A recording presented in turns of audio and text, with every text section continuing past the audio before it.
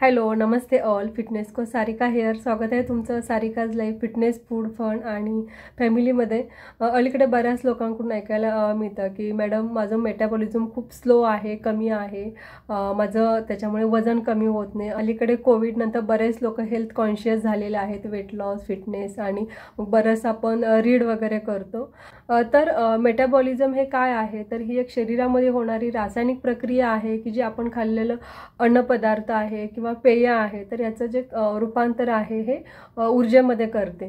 आपल्याला माहितीच आहे की जर मेटाबॉलिझम हे कमी असेल तर आपला वजन कमी होण्याचा रेट हा कमी असतो. तर का मेटाबॉलिझम कमी आहे तर मग हे असंच राहणार का, आपण हे वाढवण्यासाठी काय करू शकतो? जर मेटाबॉलिझम असंच राहिलं तर आपलं वजन कमीच होणार नाही आहे का?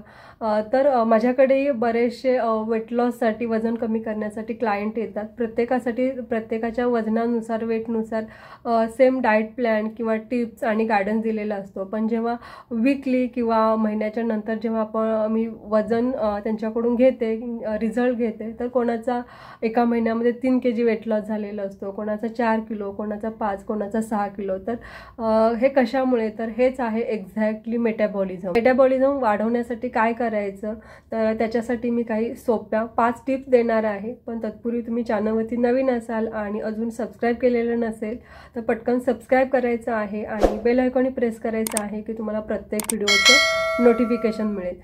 मेटाबॉलिझम वाढवण्यासाठी पहिली टिप, तर तुम्हाला तुमच्या डाएटमध्ये चेंजेस करायचे आहेत. काय चेंजेस करायचे, तर तुम्हाला तुमच्या डाएटमध्ये प्रोटीन इंटेक हा वाढवायचा आहे. म्हणजे जेवणामध्ये इन्क्लूड करायचं आहे डाळी असेल, उसळी असेल, वरण असेल किंवा दूध, दही, ताक असेल, सोया चंक्स असतील, ओट्स असेल किंवा तुम्ही नॉनव्हेज खात असाल तर अंडी असेल किंवा चिकन असेल तर हे तुमच्या डाएटमध्ये इन्क्लूड करायचं आहे. प्रोटीन खातोय म्हणजे असं नाही की कधीतरी आपण वरण खातोय, कधीतरी उसळी खातोय, कधीतरी चिकन एग्स खातोय. तर प्रोटीन तुमचा ॲडिक्वेट, पुरेसं प्रोटीन तुम्ही तुमच्या डाएटमध्ये घेताय. म्हणजे तुमच्या प्रत्येक मीलमध्ये दिवसभराचं, मग सकाळचा नाश्ता असेल, दुपारचं जेवण असेल, इव्हिनिंगचं स्नॅक असेल आणि रात्रीचं जेवण असेल, तर ह्या प्रत्येक तुमच्या जेवणामध्ये प्रोटीन कंटेंट हे असायला पाहिजेत. आता तुमचं बॅलन्स्ड मील कसे असावेत, म्हणजे तुमचा सकाळचा नाश्ता कसा असावा, दुपारचं जेवण कसं असावं, इव्हिनिंगचं स्नॅक कसं असावं आणि रात्रीचं जेवण कसं असावं बॅलन्स्ड. तर ह्याच्याविषयी आपण सगळे व्हिडिओ बनवलेले आहेत आणि ऑलरेडी ते अपलोड केलेले आहे चॅनलवरती.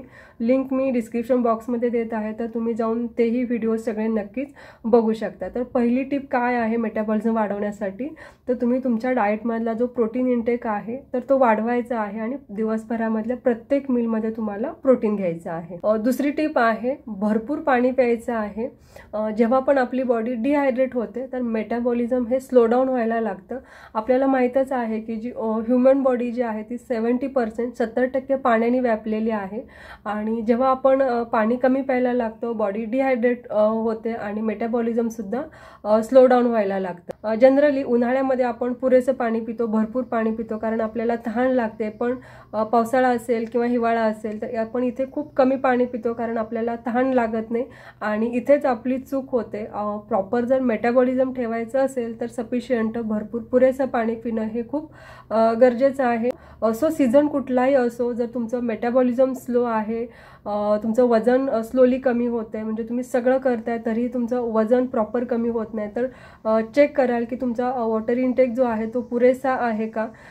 दिवसभरामधून किती वॉटर इंटेक घ्यायचा आहे, तर प्रत्येक 20 kg साठी 2.5 ते 3 लिटर किंवा प्रत्येक 20 kg साठी 1 लिटर असं. म्हणजे जर का 60 किलो वजनी असाल तर 3 लिटर याप्रमाणे. आता हे जे प्रमाण आहे सीझननुसार थोडंफार कमी जास्ती होईल, पण दिवसभरामधून पुरेसं पाणी प्यायचं आहे की जेणेकरून तुमचं मेटाबॉलिझम हे आहे जे प्रॉपर राहील आणि तुमचं वजनही व्यवस्थित कमी होईल. शिवाय पुरेसं वॉटर इंटेक करण्यासाठी तुम्ही अलार्म पण सेट करू शकता की जेणेकरून तुम्ही टाईम टू टाईम तितकं पुरेसं पाणी प्याल. किंवा आपण कधी कधी आपल्याला असं वाटतं की यस माझा वॉटर इंटेक होत आहे पण एक्झॅक्टली तेवढा झालेला नसतो, तर याच्यासाठी तुम्ही मेजर करून घेऊ शकता. जसं की वॉटर बॉटल असेल, म्हणजे जर का 3 लिटर वॉटर इंटेक ठेवायचं असेल तर 3 बॉटल तुम्ही दिवसभरामधून फिनिश करू शकता. किंवा एका भांड्यामध्ये 3 लिटर पाणी ठेवलं तर आपल्याला एक्झॅक्ट समजेल की आपला पुरेसा वॉटर इंटेक हा होत आहे. तर दुसरी टिप मेटाबॉलिझम प्रॉपर ठेवण्यासाठी काय आहे, तर तुम्हाला पुरेसं पाणी प्यायचं आहे. आहे. तिसरा मुद्दा, वजन कमी करण्याचा सगळ्यात सोपा मार्ग, सोपा पर्याय म्हणजे बॅलन्स्ड डाएट घेणं.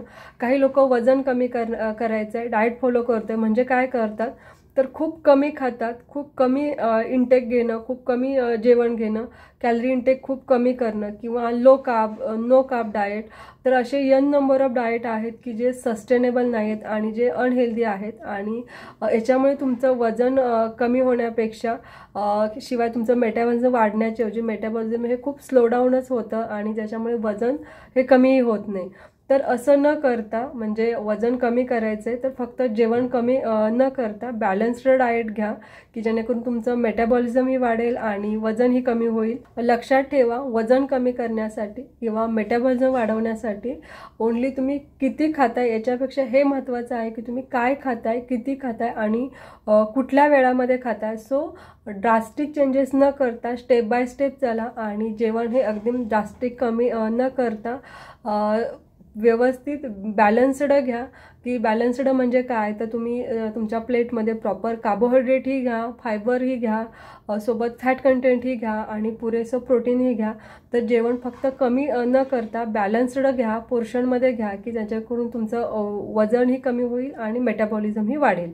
चौथा मुद्दा, चौथी टिप अर्थातच एक्झरसाईज.